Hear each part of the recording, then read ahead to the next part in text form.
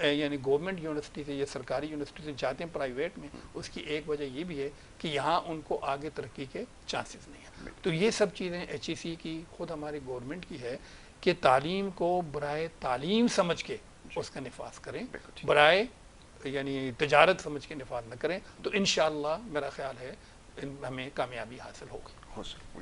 Doctor فراز صاحب اب یہ ذرا فرمائیے گا، اب چلیں بات یونیورسٹیز کی طرف آ گئی، یہ بات کرنا ضروری ہے.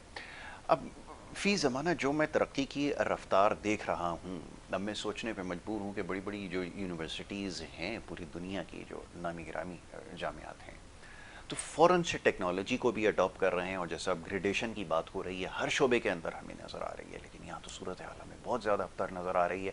کیونکہ جہاں سب سے بنیادی چیز جس کی میرٹ کو ہم کہتے ہیں، جب تک میرٹ ہی پریویل نہیں کرے گی تو کیسے ممکن ہے کہ پھر سسٹم کو بہتر بنایا جائے. یا میں پھر بات کروں گا کہ آپ کے پاس ایسی جدت ہونی چاہیے کہ اے آئی لیبز بن رہی ہیں، یہ بن رہی ہیں، روبوٹکس کے اوپر کام ہو رہا ہے، ہر شعبے میں اس سے فائدہ اٹھایا جا رہا ہے، میڈیکل کا شعبہ کیا، کسی بھی اس میں اس کی بات کرنا تو میرے خیال میں اس وقت بے سود ثابت ہوگا. کیونکہ جب آپ میرٹ کے آپ نے نشاندہی کی، ہائرنگ فائرنگ کا نظام کس کو کس جگہ رکھنا ہے، right person for the right job ہونا چاہیے، وہ کیسے ملے گا؟ جب یہ چیزیں درست نہیں ہوں گی، میں کیسے امید رکھوں گا پھر اس درسگاہ سے یا تعلیمی ادارے سے پھر مجھے ایسے لوگ ملیں گے جو معاشرے میں واقعتاً کردار اپنا ادا کریں گے؟ یہ ذرا فرمائیے.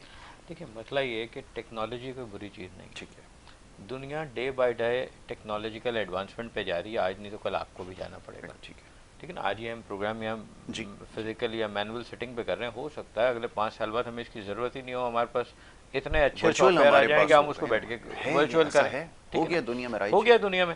اچھا اگر آپ اس معیار کو دیکھیں تو یونیورسٹیز، دیکھیں یہ کانسیپٹ میرٹ سے ریلیٹڈ نہیں ہے. دیکھیں میرٹ پہ آپ یونیورسٹیز میں 2 ہی کام کر سکتے ہیں، یا جو شکل آپ کو پسند ہے اس کو آپ ہائر کر لیں گے، جو شکل آپ کو پسند نہیں ہے آپ اس کو تنگ کریں گے. بس اس سے زیادہ آپ کچھ نہیں کر سکتے. کیا خیال ہے ڈاکٹر صاحب؟ بالکل بالکل. بس یا زیادہ اس کو آپ پروموٹ نہیں کریں گے. لیکن ٹیچر کے لیے میں سمجھتا ہوں کہ ایک اچھا ہونا، اس کی تعلیم کا کس طریقے سے کنوے کرنا، یہ میٹر کرتا ہے بجائے اس کے پروموشن کی. معذرت کے ساتھ، کیونکہ ٹیچر ہے نا وہ انٹرنل ٹیچر ہوتا ہے. لیکن بہرحال اس میں بہتری کی تو گنجائش ہے نا. اب یہ پروموشن یہ تو جن اداروں میں لوگ کام کر رہے ہیں، ہر آدمی کی خواہش یہی ہے، لیکن آپ کا سسٹم ایسا ہے کہ وہ سسٹم میں صحیح چلنے والے لوگوں کو چلنے نہیں دیتے. ہماری کراچی یونیورسٹی کے ایک اسسٹنٹ پروفیسر صاحب تھے، ریسنٹلی ان کی ڈیتھ ہو گئی، تو یہ میں ان کے کلمات آپ کو بتا رہا ہوں.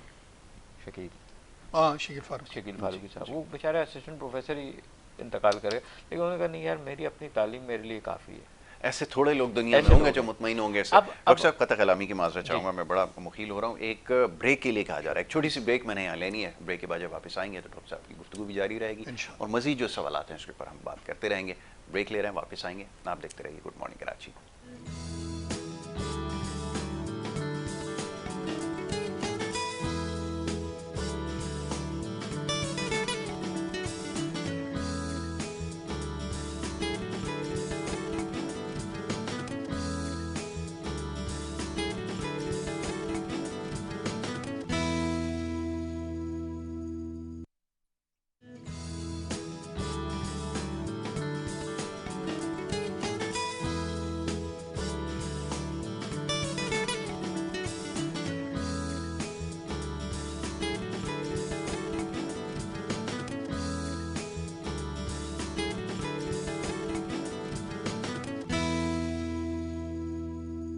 ویلکم بیک جی. ایک دفعہ پھر آپ کو خوش آمدید کہیں گے. بریک پہ جانے سے پہلے گفتگو ہماری جاری تھی اور پاکستان کا جو تعلیمی نظام ہے اور اس میں بھی جو یونیورسٹی کی سطح کے اوپر رائج ہے جو معاملات ہیں، جو کچھ ہمارے مشاہدے میں آئے ہیں، جو بچے ہیں نوجوان مستقبل کے حوالے سے بہت زیادہ فکر مند ہیں، پیغامات بھیجتے ہیں. جو کچھ ہو رہا ہے اس وقت تو خاص طور پر ایک ریس لگی ہوئی ہے باہر جانے کی. بہرحال کیا کیا جائے، اس حوالے سے بھی پروگرامز کیے ہیں کہ باہر جانے کا طریقہ کیا ہونا چاہیے. پھر وہاں پہ اعلیٰ تعلیمی ادارے ہیں، وہاں پر جو واقعتاً پڑھنا چاہتے ہیں ان کے لیے کیا مواقع ہیں. یہ ساری باتیں یہاں پر ہوتی رہی ہیں، لیکن بہرحال ہمیں اپنے آپ کو درست کرنے کی ضرورت ہے.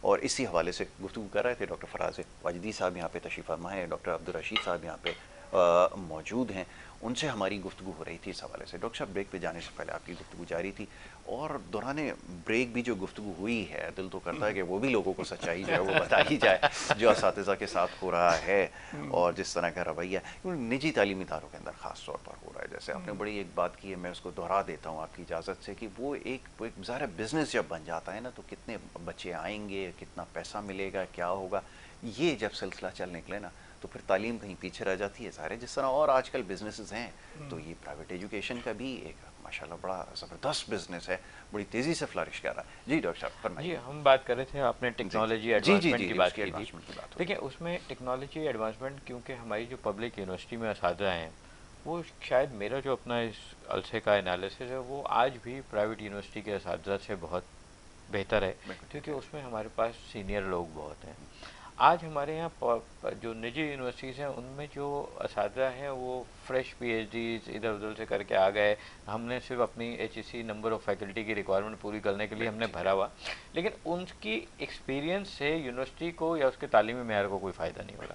لیکن ہماری پبلک یونیورسٹی کا نظام جتنا بھی بوسیدہ ہے لیکن آج بھی ہمارے وہاں جو اساتذہ ہیں وہ بہت بہتر ہے. معذرت کے ساتھ ہم نے انہی کے ساتھ پڑھا ہے تو یہ شاید لوگ برا مانیں لیکن میں ایک حقیقت نہیں، یہ تو ایک حقیقت. اور آج جتنی بھی نجی یونیورسٹیز ہیں وہاں جو ٹیچرز ہیں وہ بہت پریشان ہیں کیونکہ انہیں اوور لوڈ کیا ہوا ہے. 4 ٹیچر کا کام ہے صرف پڑھانا، اب اسے ہر جاب میں لگایا ہوا ہے، وہ بچے بھی کر رہا ہے، یہ بھی کر رہا ہے، وہ پاگل ہو گئے ہیں وہاں پہ.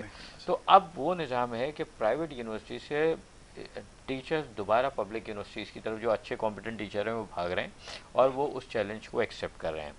اچھا اب ٹیکنالوجی جو ہے نا کوئی راکٹ سائنس نہیں ہے، پوری دنیا میں ہو رہی ہے.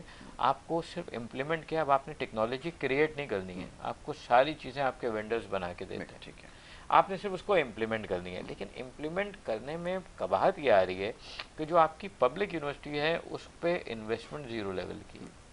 آپ کی پبلک یونیورسٹی تنخواہیں مشکل سے دے رہی ہے، وہ اتنے مہنگے مہنگے L M S C M S پھر اس کو امپلیمنٹ کرنا، اس کا بیک اپ کرنا اور اپنے امپلائیز کو اتنا اس پہ ٹرین کرنا، یہ کاسٹ کون بیئر کرے گا؟ یہ ہمارے حساب سے آپ لوگ ماشاء اللہ میڈیا میں آپ کو بھی یہ بات ایک ایچ ای سی کے کان میں ڈالنی چاہیے کہ آپ موڈیفیکیشن کی طرف آئیں، آپ اپ گریڈیشن کی طرف آئیں.